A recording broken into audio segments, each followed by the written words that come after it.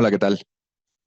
Buenas tardes. Pues ya vamos a dar comienzo a la sesión de neurociencias del mes de octubre del 2023 y el día de hoy nos acompaña el doctor Christopher Mather, el cual es neurocirujano, realizó sus estudios en la Universidad Nacional Autónoma de México, después hizo neurocirugía en el Hospital General de México y posteriormente estuvo haciendo cirugía de base de cráneo en Brasil y finalmente una especialidad en terapia endovascular en el Instituto Nacional de Neurología y Neurocirugía y finalmente una maestría en ciencias médicas.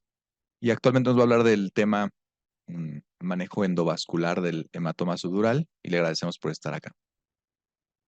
Muchas gracias por la invitación, Rodantes, Ortega. Este es un tema que me han amenazado por esto, el manejo endovascular de los hematomas sudorales. No fue idea mía, no lo vine yo a presumir, no lo vine yo a decir que es la realidad, vine a decir que es otra opción, es lo único que vengo a hacer. En este caso, y muy importante, estas son las guías de práctica clínica mexicanas de la Secretaría de Salud de 2009. De hecho, hay muchos miembros que están involucrados en ellas, que hay varias técnicas para el drenaje de hematoma subdural. Y lo curioso de esto es que independientemente, las diferentes técnicas se relacionan con diferentes porcentajes de recidiva del hematoma subdural.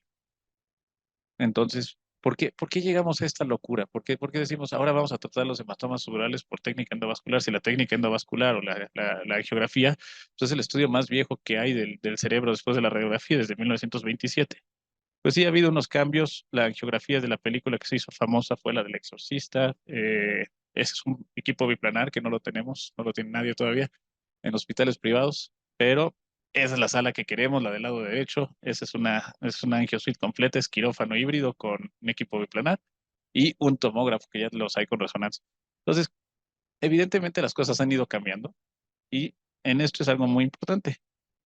Lo que les comentaba de las guías de práctica clínica es que, aquí no se ve el señalador, que el índice de recurrencia, si es una craneostomía mínima, esa la conocemos como la de hacer un hoyito con el tristoril, pues es muy alto, es del 3 al 76%, dependiendo de las publicaciones, con un promedio de 18%. La craneostomía mínima con trépano, pues es lo que conocemos, un drenaje por trépanos, tiene una recidiva de 12%.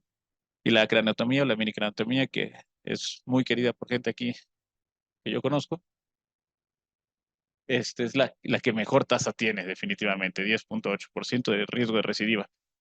Y incluso las guías de práctica clínica nos van manejando cómo ir valorando al paciente. Si fracasé con una, hacer la otra y viceversa. Ah, qué padre. Entonces, este es un ejemplo de la guía de práctica clínica de la craneostomía mínima. La quería demostrar, nada más por curiosidad, porque hace mucho que yo no veo una. Y algo muy curioso de un estudio de los japoneses es esta foto que no está mencionado en la guía, pero que si se diseca mucho más el campo muscular, el músculo también ayuda a reabsorber el hematoma residual. Entonces, algo muy curioso. Yo dejo mucho músculo en contacto. Digo, lo probaron con eritrocitos marcados con gammagrafía y todo. Está interesante, pero no es el tema de la plática de hoy. Lo que es curioso es que mientras más segura la técnica, mientras más seguro de que no tenga recidiva, más complicaciones hay, ¿sale? Entonces, mientras más grande el cráneo, pues, más riesgo de tener otro tipo de hematomas o lesiones en el cráneo. Entonces, el tratamiento quirúrgico versus el tratamiento conservador. De hecho, hay unos artículos ahorita que están diciendo solo manejo con atorvastatina, ¿no? Están peor de los que solo intervenimos en los pacientes asintomáticos. Pero entonces, ¿qué aprendimos y qué sabemos? El índice de recurrencia, uno, varía según las series, varía según las técnicas, del 9 al 26%. Dos, pues también depende mucho del tamaño del hematoma, si son hematomas bilaterales, qué factores de riesgo tiene mi paciente. Y ese va a ser la parte clave de esto, o sea, el factor de riesgo. Había un debate hace poco que pacientes añosos con enfermedades o comorbilidades de la coagulación o pacientes que están antiagregados, pues el hematoma subdural no es una enfermedad de un paciente joven. Cuando lo es, definitivamente es una urgencia, hay que descomprimir, hay que ayudar a ese cerebro rápidamente. Pero cuando es una enfermedad crónica y el paciente es un paciente con muchas comorbilidades, esta es una técnica que ofrece mayor utilidad de reducir los riesgos de complicaciones por estas comorbilidades, no por la enfermedad, sino por las comorbilidades. Entonces, eso es algo muy importante. Y la membranectomía visceral parcial, pues esto nos ayuda mucho a lavar, pero también aumenta el riesgo de sangrados intraparenquimatosos. Entonces, ¿cuándo surge esto? Bueno, esto no fue de un día para el otro. Fue una serie de casos de fracaso de tipo de cirugías que llevaron a buscar otra técnica. Entonces, publicado ya en el Journal of Neurosurgery como una técnica aceptable en el 2000. Les cuento un poco una experiencia que yo tuve. Yo hice una de estas, ya será hace 5 o 6 años, 2006, donde me dijeron, no, pues estás experimentando en humanos. Y la mayoría de los artículos que lo publican son de radiólogo intervencionista y tú no eres radiólogo intervencionista, te tienes que basar en revistas de neurocirugía. Pues ya estaba publicado también en revistas de neurocirugía. Entonces, este es un caso, un paciente que ingresó con hematoma subdural crónico subagudo, más agudo que subagudo, y se le fue dando el tratamiento con craniotomía descompresiva. Como pueden ver, empezó con recidiva y luego se le trató posembolización. De hecho, este es un paciente que requirió 4 cirugías: trépanos, craniotomía descompresiva, colocación de drenaje, y fue así como se empezó a publicar esto como alternativas en el manejo. Esta es una paciente muy curiosa. Esta es una paciente geriátrica alcohólica. Nos interconsultaron en un hospital público, ya lo vieron en la portada de la presentación, y tenía 90 años, tenía su hematoma subdural, tenía su hemiparesia, y nos interconsultaron, con insuficiencia hepática por, obviamente, consumo de bebidas alcohólicas. Nos interconsultaron para decirnos, pues, verdad que no hay nada que hacerle, ya máximo beneficio, y ese fue el paciente que se le embolizó la arteria cerebral media y tenemos esta evolución en menos de 6 semanas. Entonces, sí le quedó un pequeño residual. Curioso fue que ese último pedazo no se dio hasta que dejó de tomar. Entonces dejó de tomar. ¿Y eso qué nos explica? No lo quiero presentar como un caso de super éxito. Es un hematoma que se había podido drenar por trépanos sin problema, por minicráneos. Pero lo que quiero comentar es el hecho de que la paciente haya mejorado sus pruebas de funcionamiento hepático fue lo que ayudó a la resolución total del hematoma. ¿Y eso qué nos dice? Nos dice que el hematoma es una entidad que está en continuo intercambio de líquidos y está creciendo, disminuyendo. Siempre hemos dicho, los hematomas cerebrales crónicos de más de 10 milímetros tienden a crecer. ¿Por qué? Sabemos que se absorbe el agua, las proteínas, se rompen las membranas que son jóvenes, pero hay varios secretos más. Entonces, vamos a hablar un poquito de estos. Y en este review japonés, lo que vieron es que la mayoría de los hematomas cerebrales crecen por la membrana visceral. Ahorita vamos a ver ese detallito.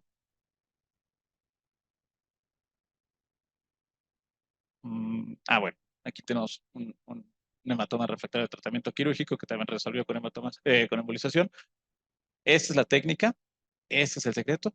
Y las otras ventajas de esto es que se puede hacer con paciente despierto, no necesita anestesia general. Entonces, sobre todo para pacientes con hepatopatías, pues es una alternativa. No estoy diciendo que sea la alternativa, es una alternativa. Y en este caso, colocar el microcatéter e inyectar hasta tapar todo.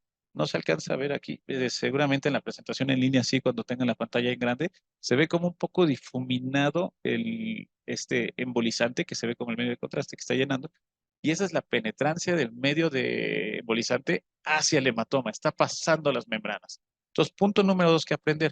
Los hematomas crecen, son una entidad biológica en dinámica, no son estáticos. 2, tienen un intercambio de líquidos visible, o sea, ya se puede medir. ¿Qué es lo que está pasando entonces? El hematoma subdural deja de ser un coágulo y nos tenemos que empezar a acostumbrar a que el hematoma subdural es una entidad con cambio de líquidos. Hay absorción y hay producción. Y cuando la absorción es más lenta que la producción, es cuando crecen. Ya sabemos que esto va a pasar en los hematomas, y lo sabemos por experiencia, de más de 10 milímetros. Pero hay unos de esos que dices, mide 8, se va a desaparecer, y le sacas la tomografía a las 3 semanas de control y el hematoma más grande. Dices, ¿pero por qué? Es por esto. Cada paciente va a ser individual. Si ese paciente es hepatópata, les prometo que va a crecer. Ya lo aprendí yo a la mala. Era el paciente que no tenía buena coagulación, entonces seguía sangrando. La producción era más rápida que la reabsorción. Entonces es un problema dinámico.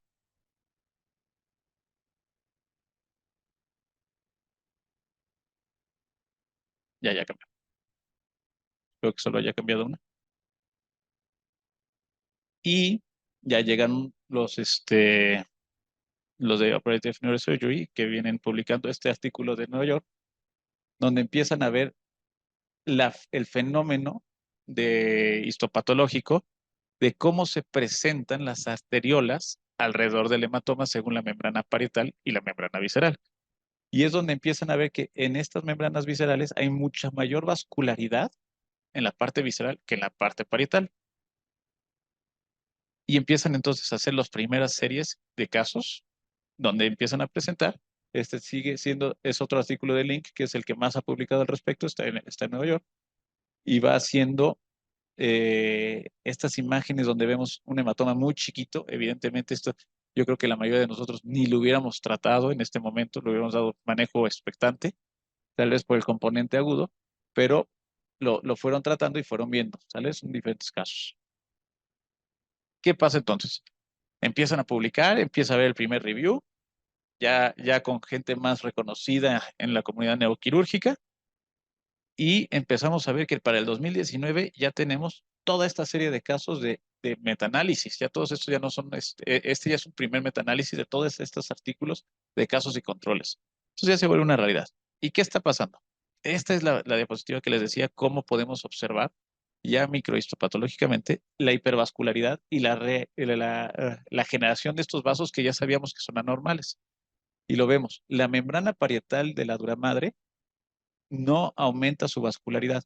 Sin embargo, la presencia de coágulos va creciendo hacia abajo cada vez más. Entonces, estas membranas que se van creando son las membranas que van creando esta hipervascularidad y del fenómeno de la vascularidad visceral es de donde empiezan a crecer los hematomas. ¿Ok? Este fenómeno de intercambio podemos ver todos los tipos de arteriolas que hay y arterias, hacia dónde van, hacia dónde drenan. Muchos de ellos también son vénulas que van hacia los espacios de los senos. ¿Sale?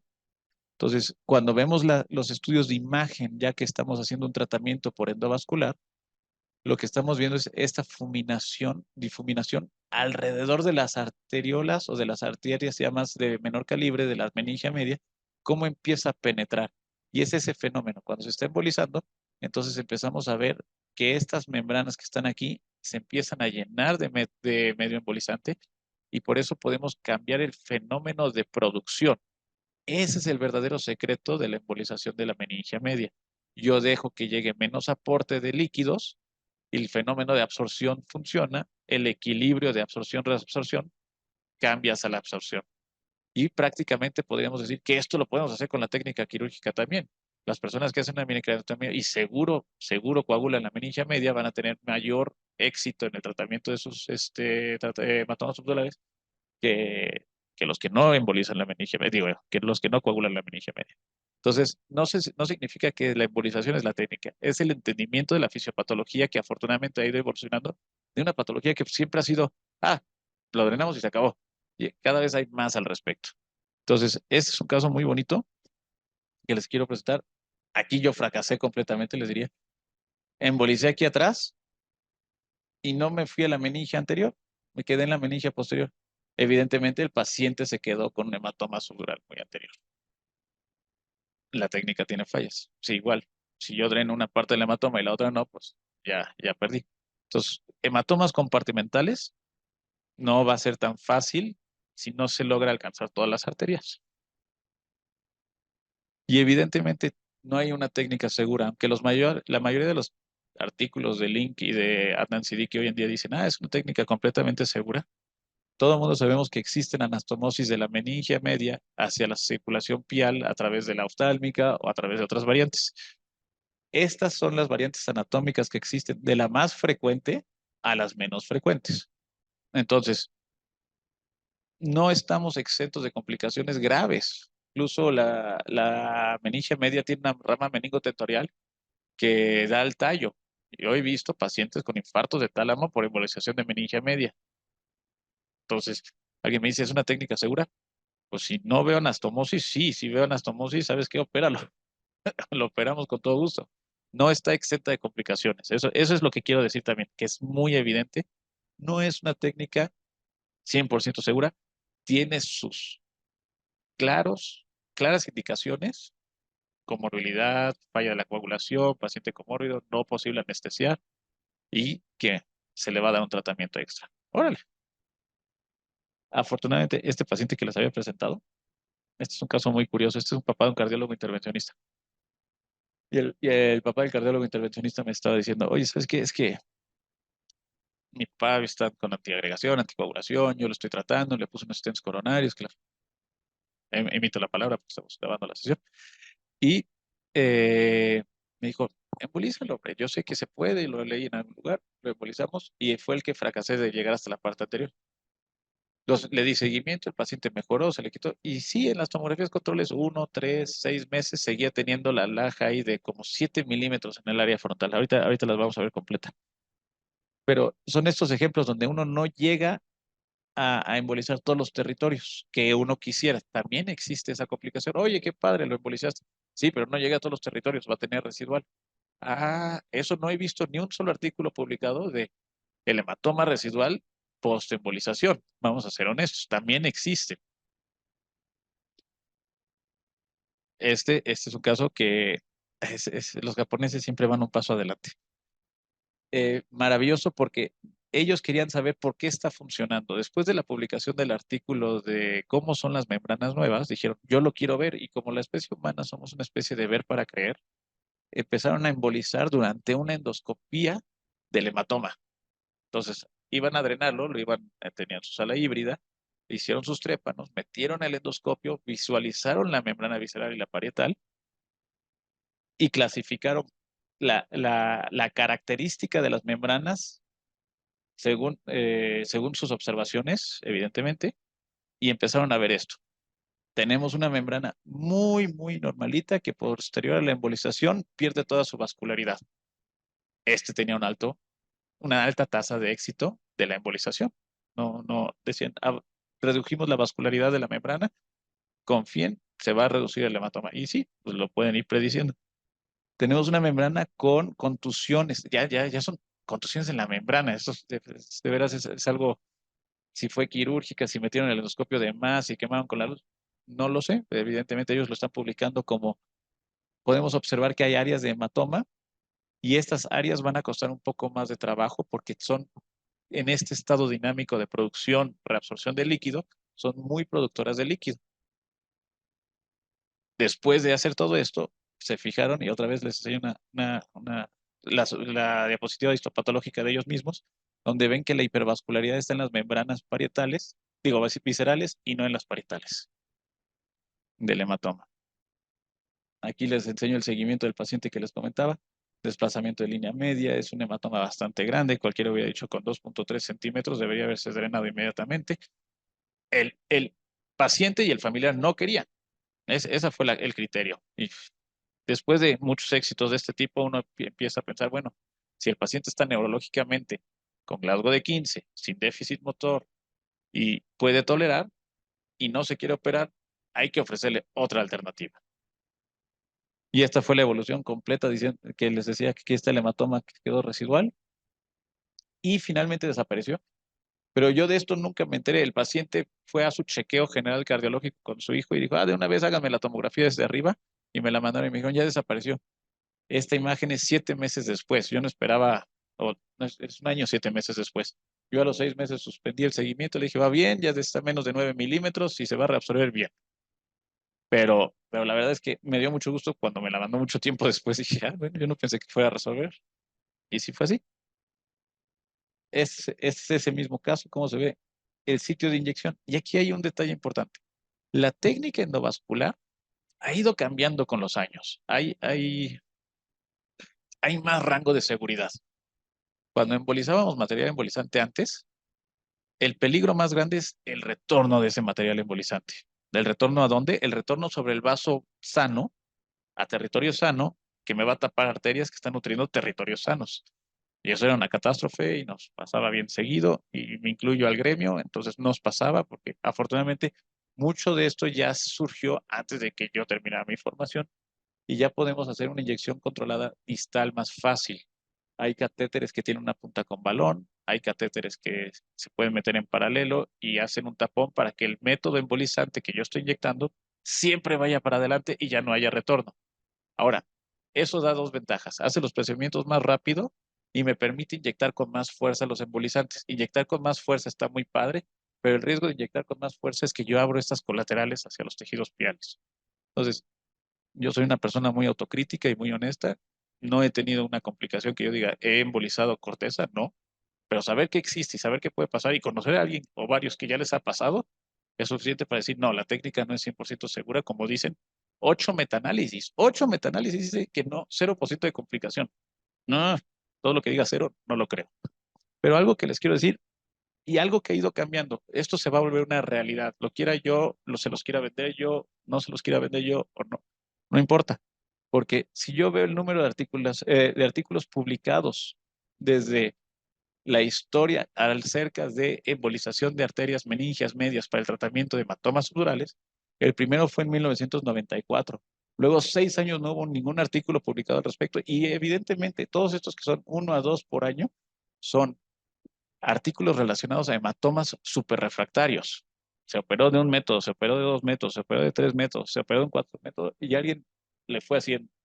Y no fue hasta que en el 2018 alguien dijo, bueno, pues si los refractarios están teniendo resultados solo por esta técnica, ¿qué tal si a los no refractarios, a los de novo o a los vírgenes también los empezamos a tratar?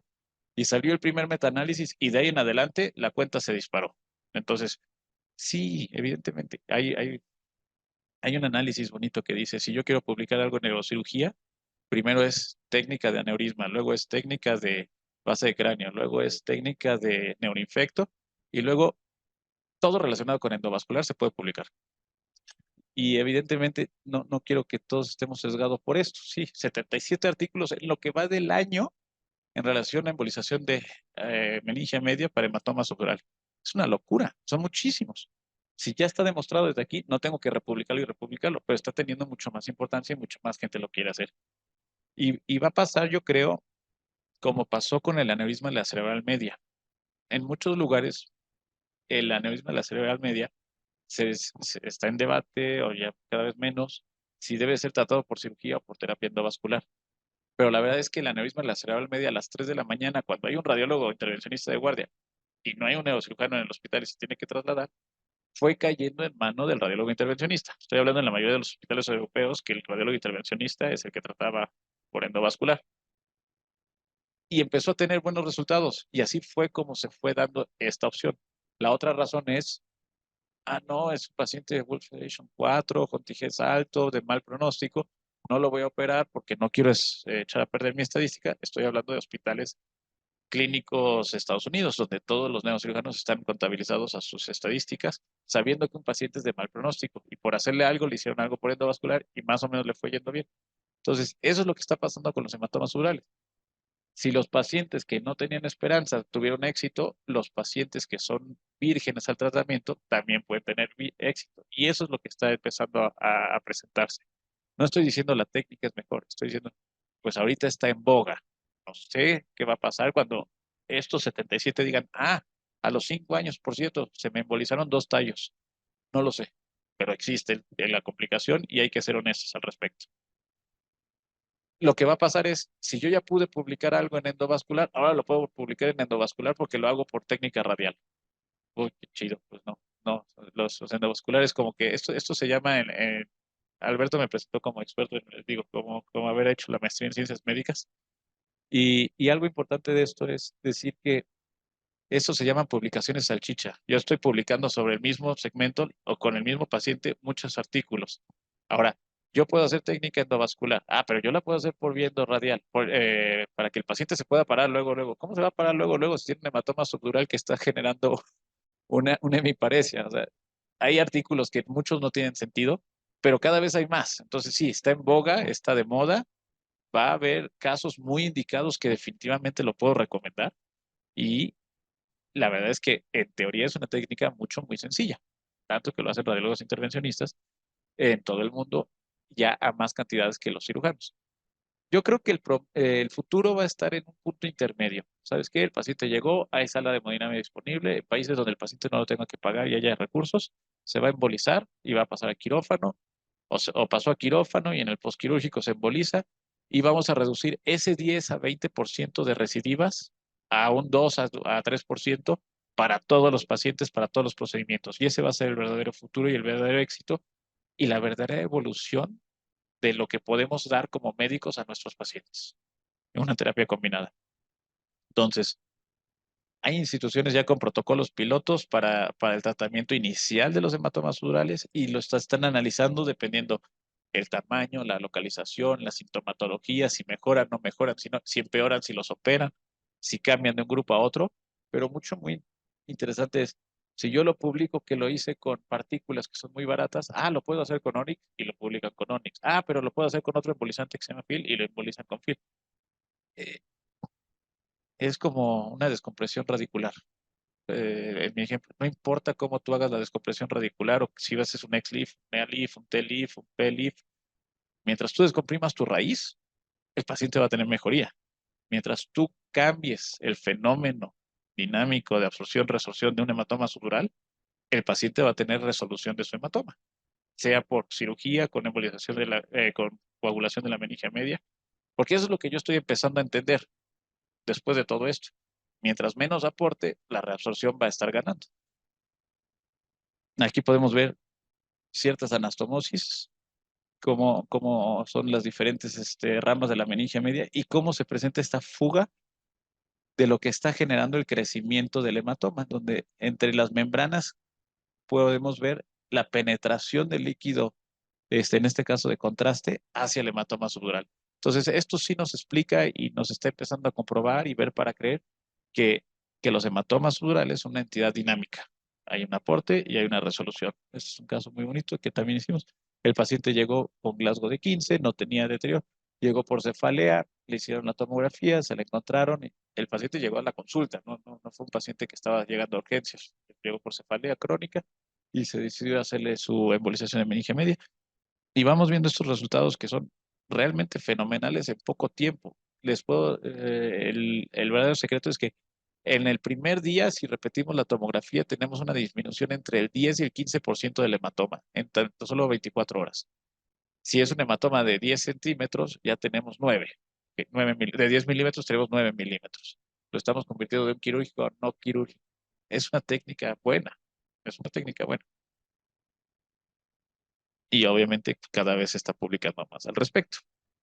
Entonces, el manejo de 154 en un estudio multicéntrico está valorando el estado clínico de los pacientes preoperativo y postoperativo y postembolización. Estos ya no se operaron. Este es un estudio donde ya todos los pacientes que pasaron a terapia endovascular para embolización del hematoma sural se les midió su calidad de vida a los 90 días. Y sí, 41 mejoraron completamente. 41 estaban con un estado pre-embolización completamente asintomáticos y este aumentó también. Del 1-2 aumentaron comparado con el 1-2 y 1-2-3 aumentaron mucho. Sin embargo, quiero enseñarles esto. MRC6, muerte, hubo 2 en el grupo de terapia endovascular. Eran pacientes muy graves que nadie quería operar y discapacitados con necesidad de atención de tiempo completo. 1 en el grupo tratado y había 4. Bueno, disminuyeron esos, pero ¿a costa de qué? Yo creo que a costa de los que se murieron, vamos a ser honestos. Si aparecieron los muertos que son el grado 6, pues tiene que ver con eso. Algo muy interesante y relacionado a lo que les había comentado de los artículos publicados por diferentes revistas, si son de radiólogo intervencionista, si son de neurólogos, si son de neurocirujano, y relacionado a los años de publicación. Verde son revistas, pues estos son todos los últimos artículos de metaanálisis publicados hasta el 2020, 2023, de, de la embolización de hematomas subdurales. Y lo curioso es esto. Verde son artículos publicados en revistas de radiología intervencionista. Rojo son artículos publicados en artículos de neurología clínica. Entonces ya los neurólogos clínicos ya están empezando a darle el seguimiento y esto ha pasado en muchos lugares y es muy importante. En, en el caso de terapia endovascular y México está muy padre porque tenemos un árbitro que no hace ni la cirugía ni la endovascular para hacer el análisis estadístico. Y amarillo, que son los artículos más recientes, todos son neuroquirúrgicos. Entonces, esto ha ido virando y ha ido virando a la publicación del neurocirujano. ¿Esto para mí qué traduce? Traduce que nos estamos volviendo creyentes. Yo no lo era, yo ya me volví creyente de la técnica, sí funciona. Conozco gente que no cree en ella, pero mientras más se esté publicando en revistas de neurocirugía, más vamos a empezar a creer, oye, ¿y esa cosa sirve o no sirve? Entonces, Giuseppe Lanzino, que es el neurocirujano endovascular de la Clínica Mayo, se le ocurrió decir, si una técnica demostrara superioridad sobre otra, si yo no puedo adoptar la técnica y el paciente no es mío, entonces dejar de hacer lo que yo hago y dejar que alguien haga lo de mejor resultado, ¿valdría la pena? Yo creo que sí. Yo sé que eso es irreal completamente en ciertos medios, pero si yo considero el bien mayor, puede llegar a ser una filosofía correcta. Muy importante entonces, John Hopkins alguna vez dijo, no apuestes en contra de la terapia endovascular, no me importa en qué especialidad. Onco, hepato, neuro, no, la técnica que usa el órgano que aporta todos los nutrientes, todo lo que lleva a los tejidos, es bastante noble para también aportar el tratamiento. Definitivamente, mientras más fácil se vuelvan las cosas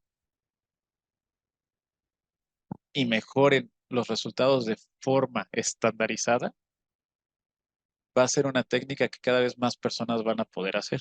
¿Por qué? Porque aumenta la reproducibilidad de las técnicas. Entonces, ¿cómo tratar un hematoma subdural? Si YouTube les empieza a decir a la gente cómo hacerlo, va a haber algún loco que seguramente lo empiece a hacer.